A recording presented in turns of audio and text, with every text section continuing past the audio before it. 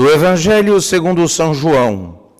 Naquele tempo estavam de pé junto à cruz de Jesus, sua mãe, a irmã de sua mãe, Maria, mulher de Cleófas, e Maria Madalena. Vendo, pois, Jesus sua mãe, e junto dela o discípulo que ele amava, disse à sua mãe: Mulher, eis aí o teu filho. E em seguida disse ao discípulo: Eis aí a tua mãe. E o discípulo, desde aquele momento, recebeu-a em sua casa. Em nome do Pai, do Filho e do Espírito Santo. Em primeiro lugar, as pessoas mais unidas são as da Santíssima Trindade. O Pai, o Filho e o Espírito Santo. Nós aprendemos isso no Catecismo, que as três pessoas da Santíssima Trindade, o Pai, o Filho e o Espírito Santo, estão eternamente e imutavelmente unidos entre si.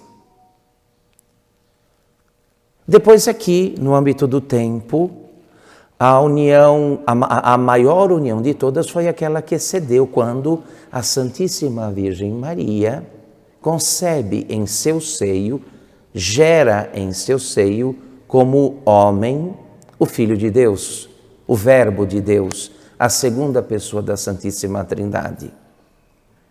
Esta união da natureza divina com a natureza humana, o Filho de Deus é a segunda pessoa da Santíssima Trindade, uma pessoa divina, de natureza divina, como o Pai e o Espírito Santo, que assume uma natureza humana, uma pessoa divina com duas naturezas, a divina e a humana. Esta união é chamada de união hipostática. Então, no âmbito do tempo, nada uniu mais a criatura ao Criador, Deus a uma criatura, do que esta união, na qual Deus participou da nossa natureza, fez-se um de nós. Isso é preciso saber e crer, porque tratamos então do centro, do âmago da nossa fé católica. Ora, um detalhe que chama a nossa atenção é que nada disto ocorre a não ser a partir do momento em que Deus recebe o consentimento da Virgem. No entanto, o consentimento não é apenas um consentimento teórico, abstrato, de natureza moral. Sim, eu aceito.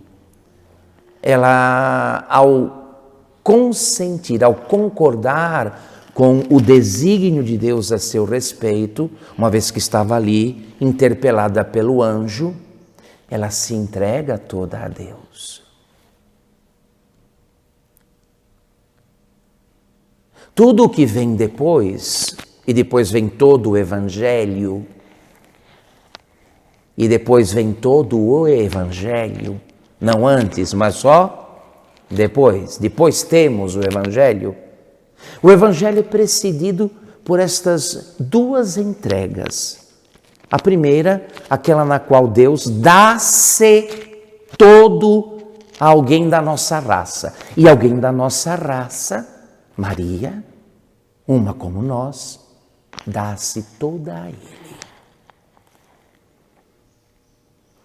Aqui então está o início de todos aqueles acontecimentos que no seu conjunto formam o que nós chamamos de salvação, de obra da redenção do gênero humano, obra de resgate do homem caído em Adão, agora levantado de novo por Cristo, em Cristo. Caído em Adão, reerguido em Jesus Cristo nosso Senhor.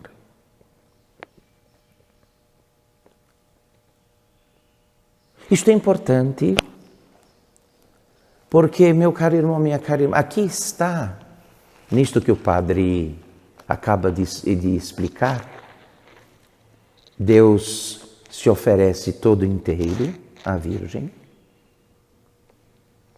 se entrega a ela, vem habitar nela, assume uma segunda natureza. Deus não tinha natureza humana, só a natureza divina. Ele era só Deus. Faz-se homem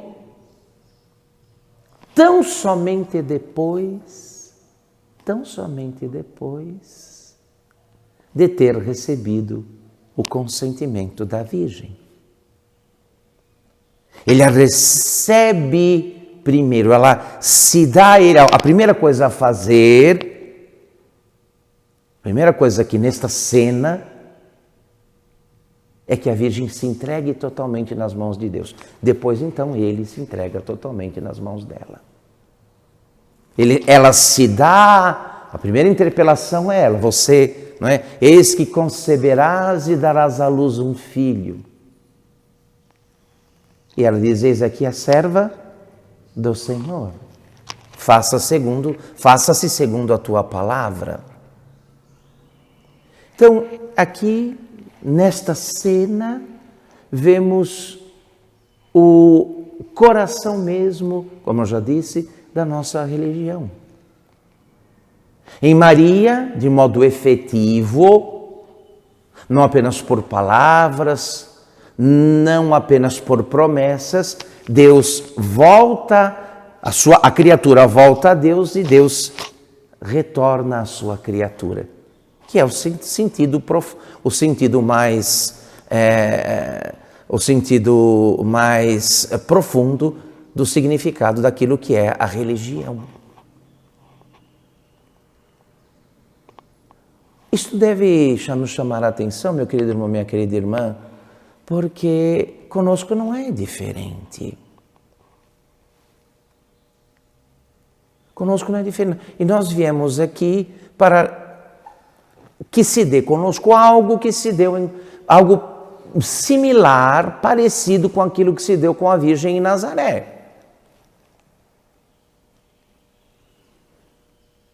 Também o Cristo que se dá a ela, é o que se dá a nós na comunhão, na Sagrada Comunhão. Mas quais são as nossas disposições? Quanto estamos dispostos a nos doar nas mãos de Deus?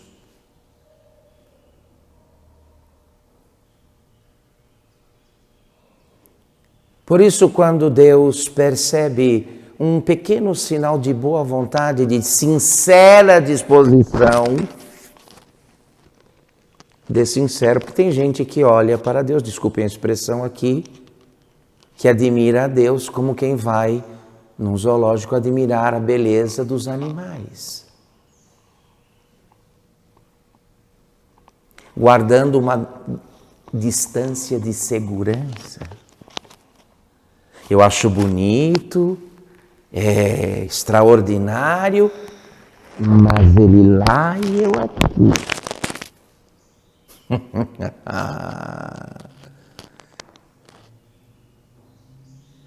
E por isso o tempo passa e continuamos parecidos conosco. Quem somos nós? Depois de tantos anos e depois de tantas comunhões comungadas. Nós mesmos. Nos falta esta disposição necessária para dar prosseguimento àquela obra que tem na Virgem Maria uma espécie de ponto inicial do começo, mas que deve se reproduzir depois em cada um e em todos os fiéis de Cristo. Portanto, no Senhor, na Senhora e em mim. Como nós temos uma imensa dificuldade de soltar, né? Estamos num regime da vida no tempo, cercados pelas coisas criadas, dependentes delas em diversos aspectos. Dependemos das coisas criadas até do ponto de vista psicológico, emocional, afetivo. E muita gente se pergunta, como é que eu vou viver sem ele, ou sem ela, ou sem isso, ou sem aquilo? É natural que isto aconteça.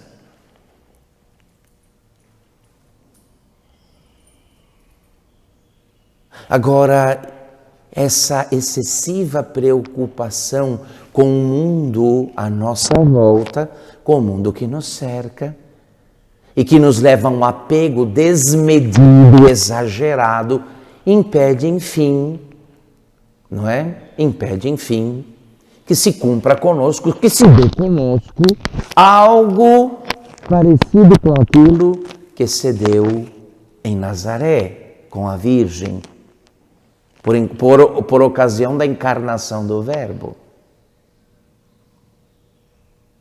E sem sombra de dúvida que isto é um problema, sobretudo para nós que comungamos.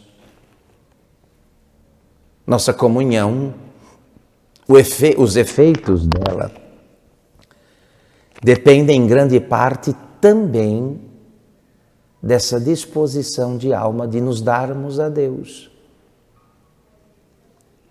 Imitando a Santíssima Virgem Maria. O que resplandece no Evangelho, não é? O que resplandece nos textos evangélicos é que a Virgem ali pode fazer porque está livre de apegos desmedidos às criaturas, sobretudo a si mesma. Ela não se retém, ela não se guarda para si. Lembrem bem, senhores, eu não vou me estender mais do que isso, nós temos muitos apegos. Boa parte deles exagerados, mas o pior de todos é aquele no qual você guarda para si mesmo, para si mesma.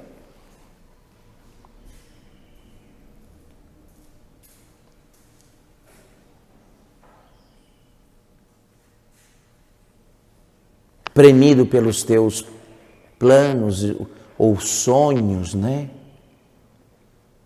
Eu preciso ter-me, eu preciso estar nas minhas próprias mãos para isso e para aquilo, para este projeto e para aquele outro projeto, para aquele sonho. Então, como nos reservamos?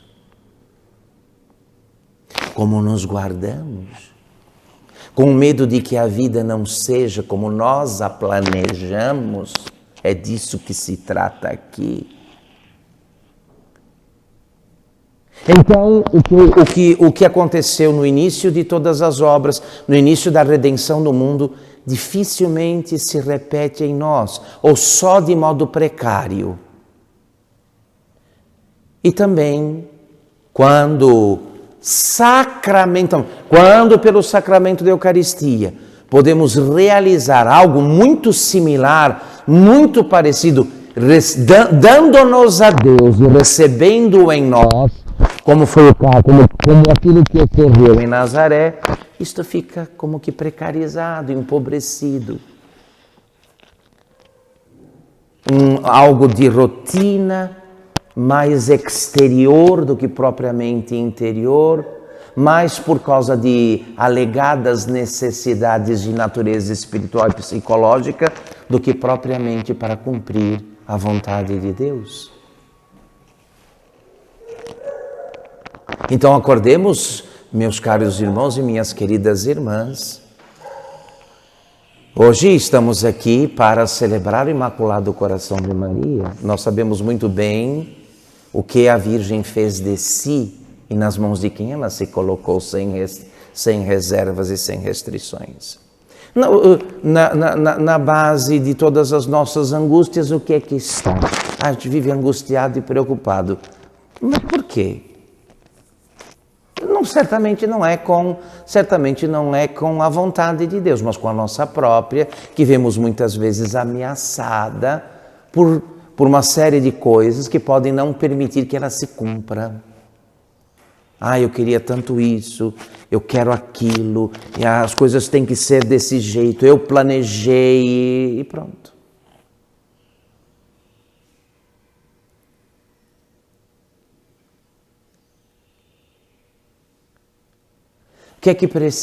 O que é preciso para bem comungar e assim realizar em nós a plenitude da vida cristã? É preciso isso, uma disposição de alma que pelo menos tenha a mesma direção daquela disposição de alma da Virgem quando disse: eis aqui a serva do Senhor.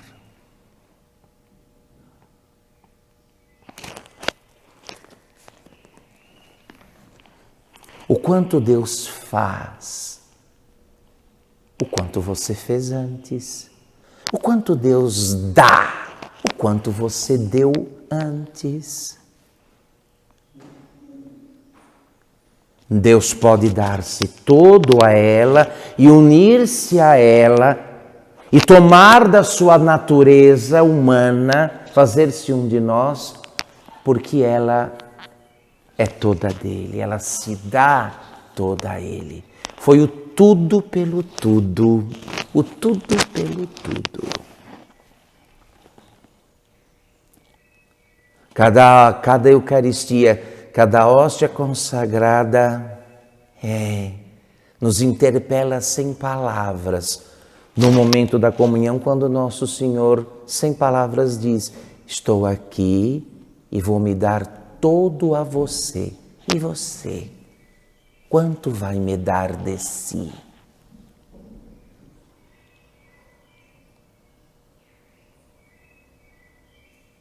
Isto só pode se tornar algo que nos mova, que nos incomode a ponto de nos mover, se entendermos que eis aí a coisa mais importante do mundo. Aí está a coisa mais importante do mundo. Que Deus, pela Eucaristia, manifeste em cada missa que quer ser e se dar todo a mim.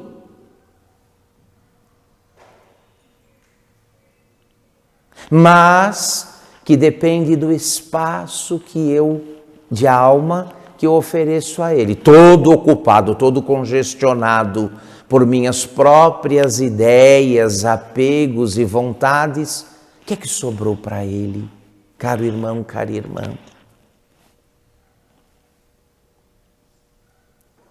Isso, quando Deus elege alguém para o amor, e eu espero que esteja o nosso caso aqui, às vezes deve agir de modo a dar um empurrão, uma ajuda extra. Porque se depender de nós, nada, pouca coisa ou nada muda.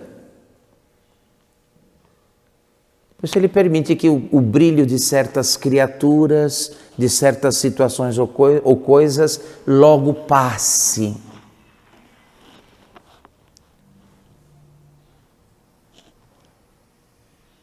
Porque enquanto coisas, situações e pessoas estiverem conforme a nossa agenda e a nossa cartilha, nós não largamos estas coisas. Não largamos estas coisas.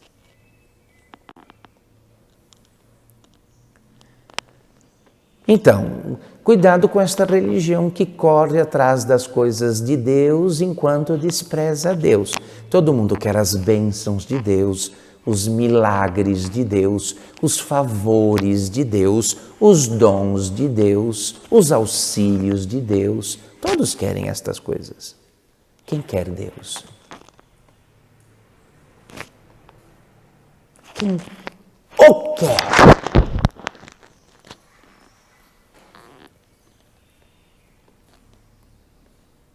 E podemos, cuidado, podemos ter um trato com Deus assim aparentemente muito devoto, quando não passa de um trato meramente interesseiro.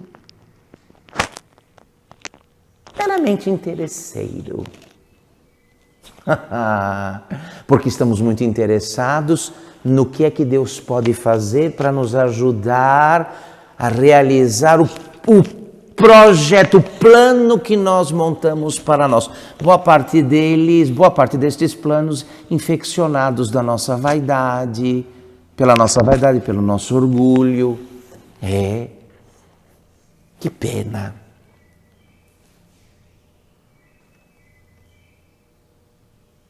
Em Maria vemos que a coisa melhor que Deus tem para oferecer a alguém é Ele mesmo. maior que seus dons, é Ele o doador dos dons. Mas me parece que quando Deus se apresenta, a gente já dá um passo para trás.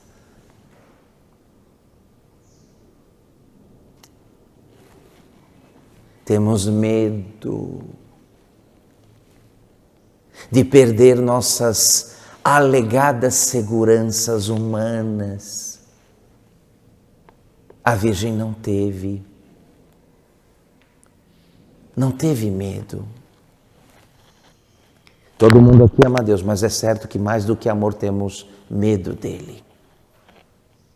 O que vai ser de mim? O que será de mim? E pode ter certeza.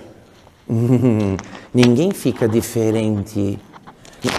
Ninguém fica a mesma coisa ou igual ao que era, uma vez que realiza um ato de entrega que copia o ato de entrega da Virgem. Não fica mesmo.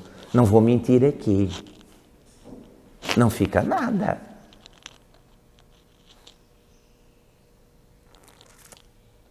O problema é que nós insistimos, que estamos convencidos que o nosso melhor, aquilo que achamos ser o nosso melhor, é superior ao melhor de Deus.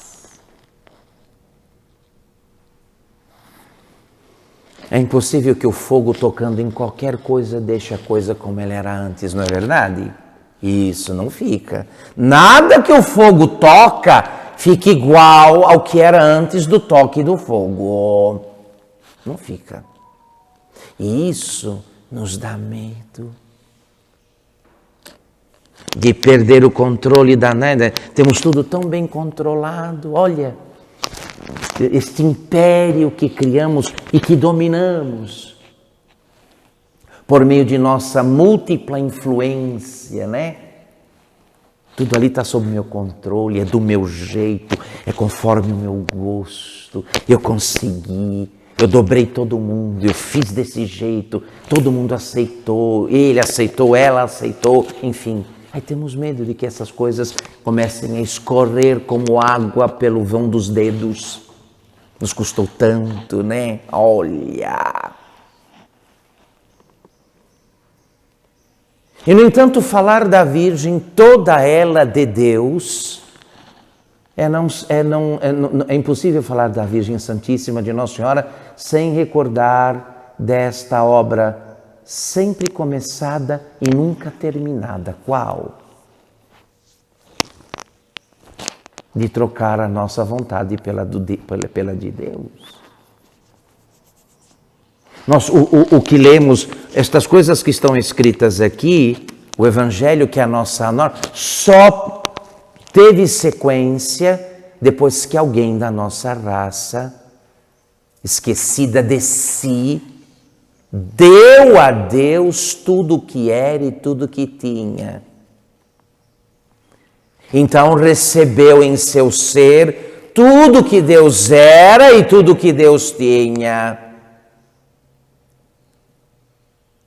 Agora, para fazer o fecho aqui, não se esqueçam, em cada comunhão, em cada Eucaristia, e hoje é dia de fazer comunhão reparadora, em cada Eucaristia, Deus nos interpela. É o mesmo Deus, com tudo o que é e que tem, mendigando o nosso amor. Vejam os senhores e as senhoras. E efetivamente o que em boa parte dos casos recebe é alguma esmola só.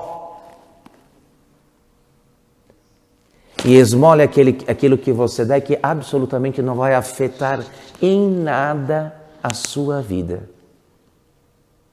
Você não está perdendo nada praticamente. Algo que não vai nem arranhar o conjunto dos seus bens. É uma esmolinha.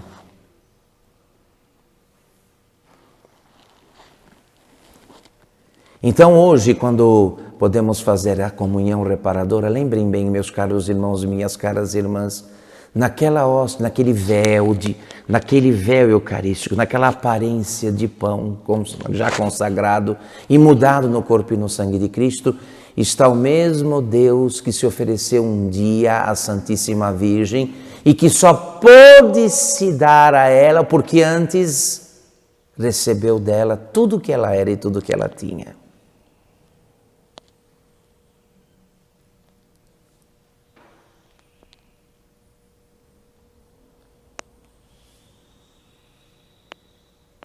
Quantas comunhões ainda vamos precisar, não é?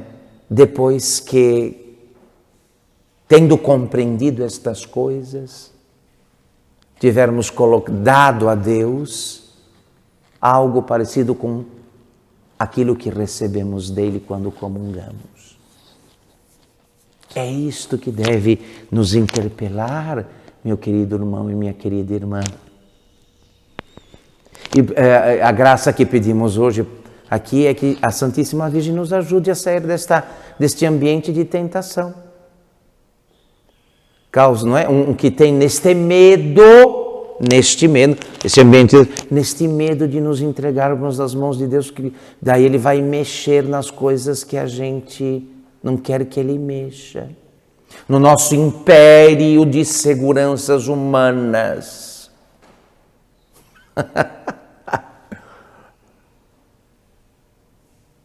Mas nossas frustrações, nossas decepções, com isto e com aquilo, mostra muito bem que o que conseguimos, em boa parte dos casos, foi mais uma ilusão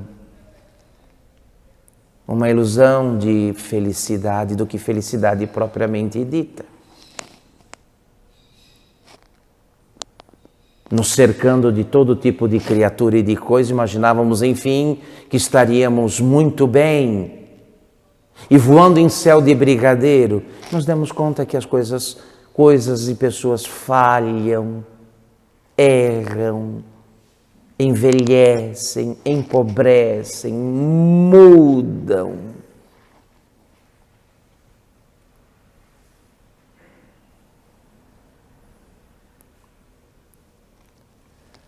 Deus quer se unir a nós numa união que copia aquela que foi a máxima união que uma criatura poderia ter com seu Criador. Aquela que se deu quando o Verbo se fez carne e habitou entre nós.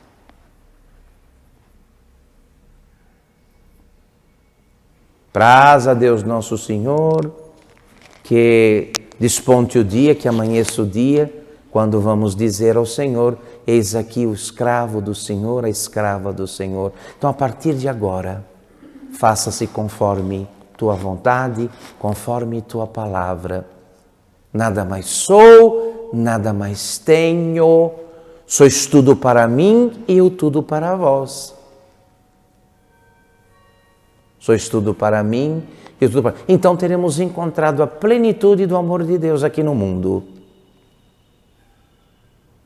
E nos daremos conta que das coisas que nos cercam vamos precisar pouco. E do pouco que vamos precisar muito pouco. Em nome do Pai, do Filho e do Espírito Santo.